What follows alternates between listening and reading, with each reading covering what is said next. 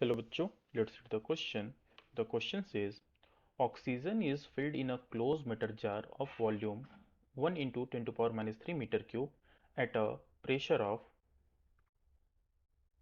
at a pressure of 1.5 into 10 to power 5 Pascal and temperature 400 Kelvin. The jar has a small leak in it. The atmospheric pressure is 1 into 10 to power 5 Pascal and the atmospheric temperature is 300 Kelvin.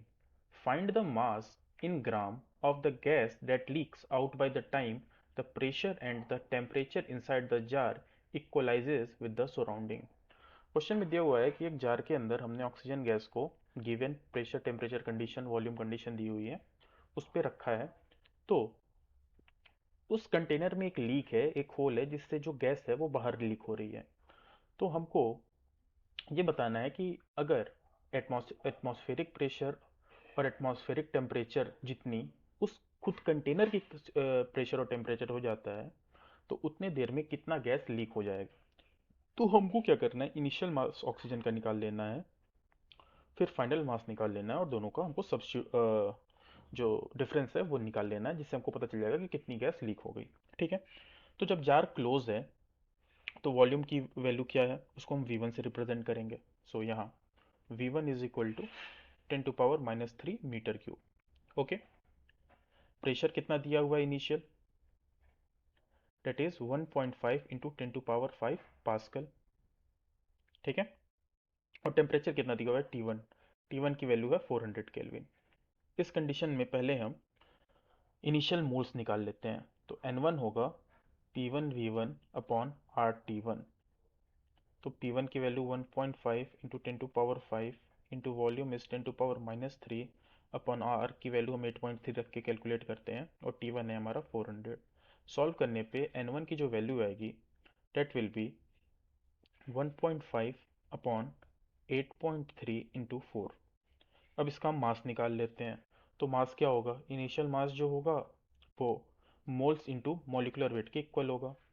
तो initial mass is 1.5, initial mole is 1.5 into upon 8.3 into 4 into molecular weight जो उसका oxygen का है date is 32।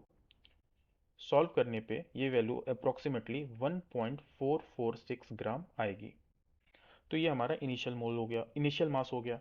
Now हम final मास निकाल लेते हैं, container में इसका कितना है।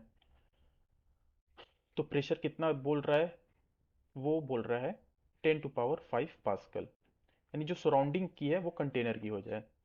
टेम्परेचर कितना दिया हुआ है 300 केल्विन।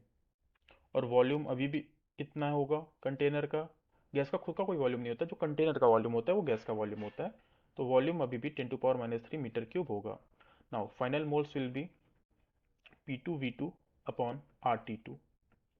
सो रखेंगे values 10 to power 5 into 10 to power-3 upon 8.3 into 300।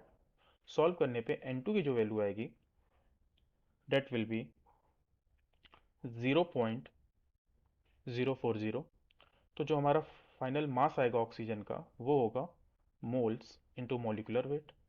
Moles है 0.040 और मॉलिकुलर वेट है 32।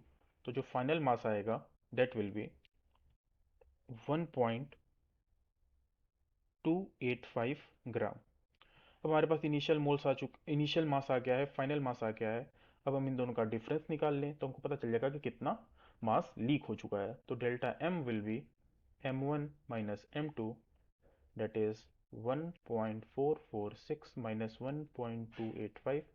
सॉल्व करने पे ये वैल्यू आएगी अप्रोक्सीमेटली 0.16 ग्राम। तो इतना मास ऑक्सीजन का होगा जो कंटेनर से लीक कर जाएगा। I hope you understood it well. All the best.